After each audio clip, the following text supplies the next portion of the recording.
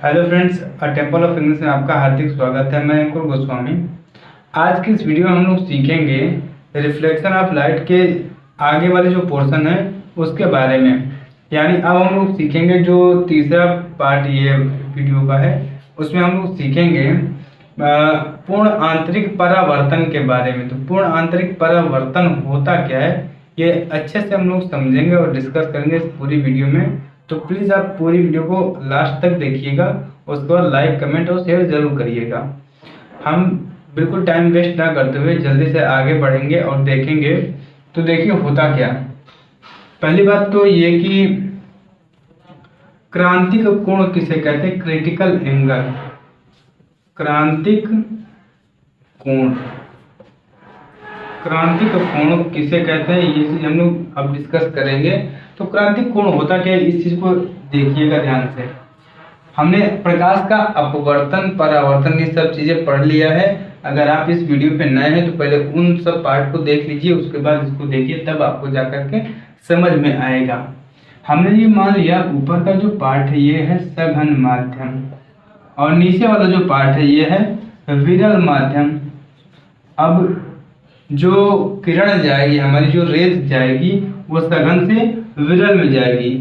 तो हम ये चीज आपको बता चुके थे, जब सघन से विरल में जाएगी तो क्या होगा, और जब विरल से सघन में जाएगी तो क्या होगा। तो पहले आप सेकंड वाले पार्ट को देख लीजिएगा, उसके बाद ही इस पार्ट को देखिएगा, तब आपको अच्छे से समझ में आएगा। अब ये जो किरण जा रही है इसको जाना चाहिए इस वाले पाथ पे, लेकिन यह विरल माध्यम में जा रही तो अभिलंब से दूर हटेगी, ऐसे चली गई। ठीक, इतना आपने ये चीजें पढ़ लिया था।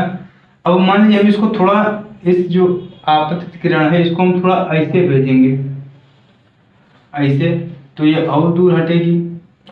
इसको हमने ऐसे भेजा, जब हम इसको ऐसे भेजेंगे तो लगभग ये ऐसे जाएगी इससे, तब जाकर के हम कहेंगे एक ऐसा विशेष आपतन कोण, ऐसा विशेष आपतन कोण जिस पर अपवर्तन कोण का मान कितना डिग्री हो जाए, 90 डिग्री। इसको इंग्लिश में बोला जाता है क्रिटिकल एंगल। हमारे कहने का तात्पर्य यह है कि एक ऐसा विशेष आपतन कोण जिस पे अपवर्तन कोण का मान, अपवर्तन कोण का मान कितने डिग्री हो जाए, 90 डिग्री हो जाए। यही लैंग्वेज आपको लिखनी है। उस एंगल को क्या कहते हैं, क्रिटिकल एंगल या क्रांतिक कोण कहते हैं। ये चीजें क्लियर हो चुकी हैं आपको। अगर क्रांतिक कोण लाना है हमें तो जो अपवर्तन कोण का मान होगा वो कितने डिग्री होना चाहिए, 90 डिग्री होना ही चाहिए। अपवर्तन कोण है ये, ध्यान से समझिएगा। कौन सा कोण है, अपवर्तन। और जिस आपतन कोण पे ये ऐसी घटना मिलेगी उस कोण को क्या कहेंगे, ये वाला, इसको बोलेंगे क्रिटिकल एंगल, क्रांतिक कोण। और इसको C से डिनोट किया जाता है, C से प्रदर्शित किया जाता है। ये चीजें आपको क्लियर हो चुकी होंगी। तो हम अब आगे देखते हैं क्रांतिक कोण और क्रांतिक कोण और अपवर्तनांक में संबंध क्या होता है। डायरेक्ट हम संबंध को लिख रहे हैं, इसको आप लर्न कर लीजिएगा ऐसे ही। n इक्वल टू होता है, n equal to 1 upon sine c, n equal to 1 upon sine c. यहाँ पे c क्या है, critical angle, critical angle c से डिनोट किया जाता, यानी क्रांतिक कोण। और n क्या है, रिफ्रैक्टिव इंडेक्स, अपवर्तनांक, अपवर्तनांक है। इन दोनों में यही रिलेशन होता है और इस पे क्वेश्चंस भी बहुत पूछे जाते हैं। तो ये चीजें हो गई हैं। अब हम आगे पढ़ेंगे पूर्ण आंतरिक परावर्तन। पूर्ण आंतरिक परावर्तन क्या होता है, यह कई बार एग्जाम में पूछा गया है। पूर्ण आंतरिक परावर्तन, पूर्ण आंतरिक आंतरिक परावर्तन,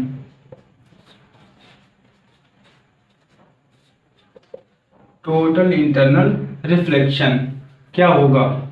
इसके लिए दो कंडीशन होनी जरूरी है। पहली कंडीशन क्या है कि किरण यानी रेज सघन माध्यम से सघन माध्यम से विरल माध्यम में जानी चाहिए, विरल माध्यम में जानी चाहिए।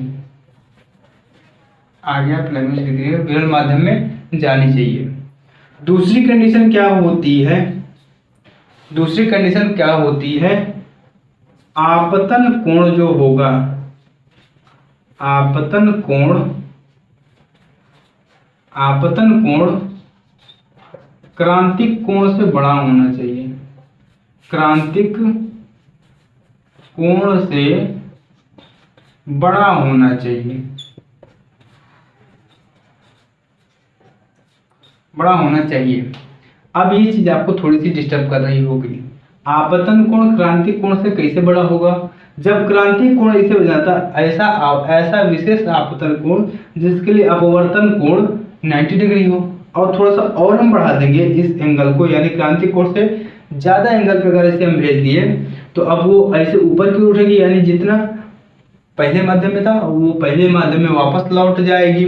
इसी घटना को प्रकाश का परावर्तन कहते हैं, यानी ये अंदर अंदर ही होता है, इसलिए इसको कहा जाता है क्या? पूर्ण आंतरिक परावर्तन। पूर्ण आंतरिक परावर्तन का मतलब यही होता है, यदि हम आपतन कोण क्रांतिक कोण से ज्यादा रखें तो प्रकाश की किरण दूसरे माध्यम में न जाकर के वापस उसी माध्यम में लौट जाती है। इसी घटना को क्या कहा जाता है?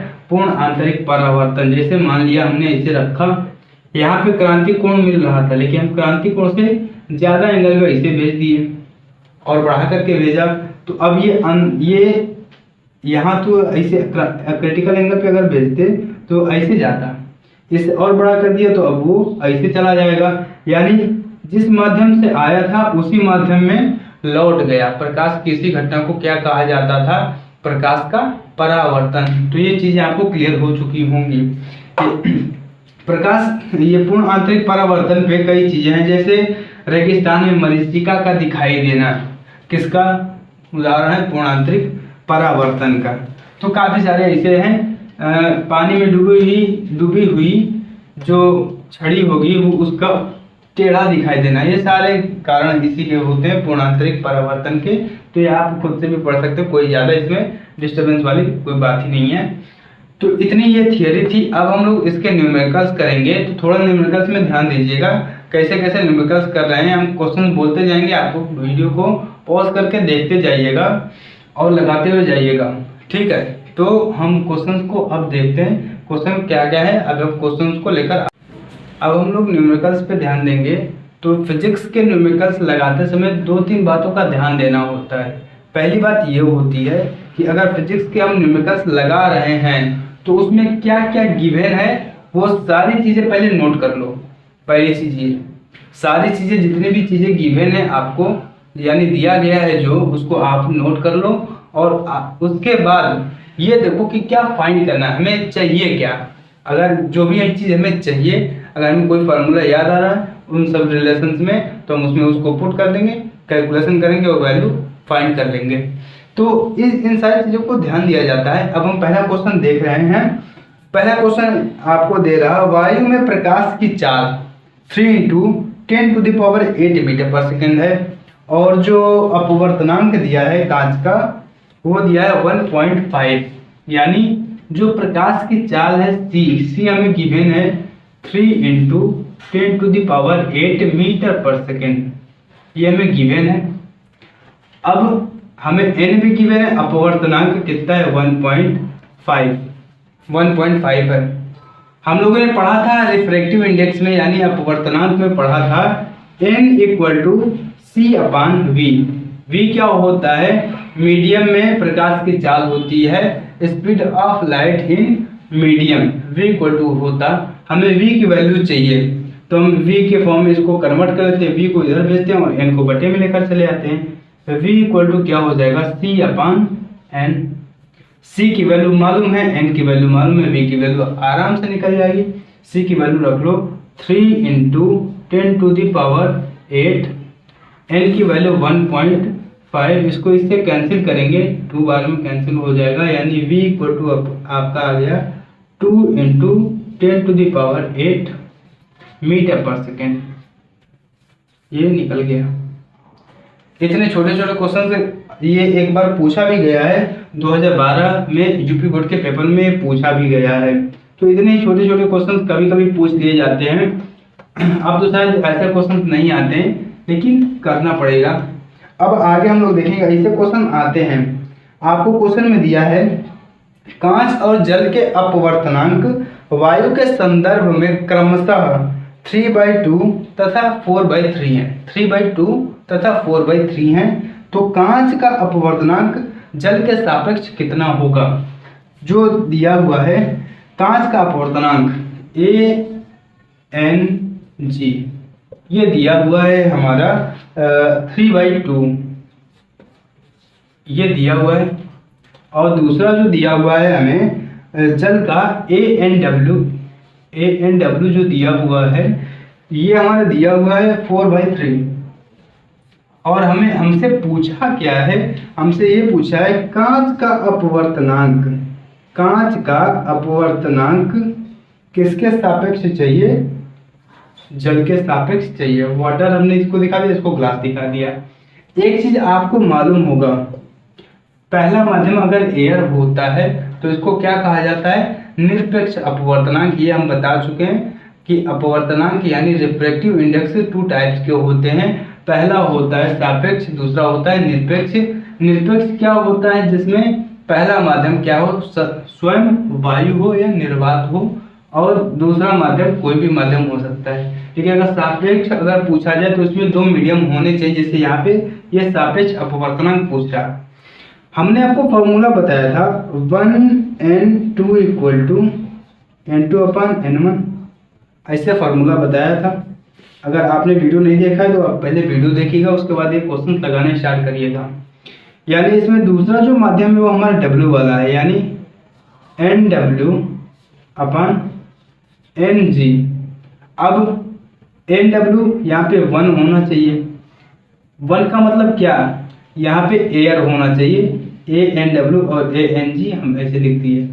ANW की वैल्यू कितनी है? 4/3 अपॉन में ANG की वैल्यू है 3/2। 2 ऊपर जाएगा, ये यहाँ पे आएगा, कितना आ जाएगा? 8/9। यही हमारा होगा आंसर। ऐसे कोई क्वेश्चन में ये भी पूछ सकते हैं वाटर का ग्लास के सापेक्ष, ये भी पूछ सकता है। तो 9/8 आ जाएगा, उसका उसी का उल्टा आ जाएगा। यानी जैसे पूछे आप ये लगा सकते हैं। अब हम इसको इरेज कर रहे हैं। आगे क्वेश्चन हम लोग देखेंगे।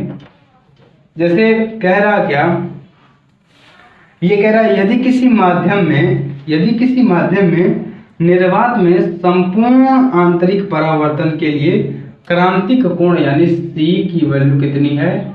30 डिग्री है। क्रांतिक कोण की वैल्यू 30 डिग्री है। तो माध्यम में प्रकाश का वेग क्या होगा? V क्या होगा? तो यहाँ से पहले हम n निकाल लेते हैं, बाकी हम आगे निकाल लेंगे। ये क्रिटिकल एंगल है, ठीक। तो n होता है 1/sin C की वैल्यू कितनी है? 30 डिग्री, और 30 डिग्री की वैल्यू होती है 1/2 यानी n = 1/1/2। 2 जाएगा ऊपर, n आ गया हमारा 2। आ गया हमारा 2। और v हमें मीडियम में प्रकाश की चाल चाहिए। तो v अभी हमने फॉर्मूला पढ़ा था C/n। यहाँ c क्या है? प्रकाश की चाल है, स्पीड ऑफ लाइट 3 × 10⁸ और ये n कितना है? 2 से ये कितना हुआ? 1.5। तो v कितना आ गया? 1.5 × 10⁸ मीटर/सेकेंड। ये इतना आपको ये चीज़ें क्लियर हो चुकी होंगी, ठीक है। तो ऐसे क्वेश्चन पूछते हैं। अगर आपको कोई भी क्वेश्चन समझ में ना आया हो तो आप प्लीज़ कमेंट जरूर करिएगा। और अगर आपको ज़्यादा क्वेश्चन करने हों तो आप उसके लिए भी कमेंट करिएगा कि ये इसकी पूरी एक्सरसाइज करा दीजिए। हम उसकी भी एक वीडियोस बना देंगे और आपको प्रोवाइड करा देंगे। तो आप प्लीज़ कमेंट जरूर करिएगा। ओके, थैंक यू दोस्तों।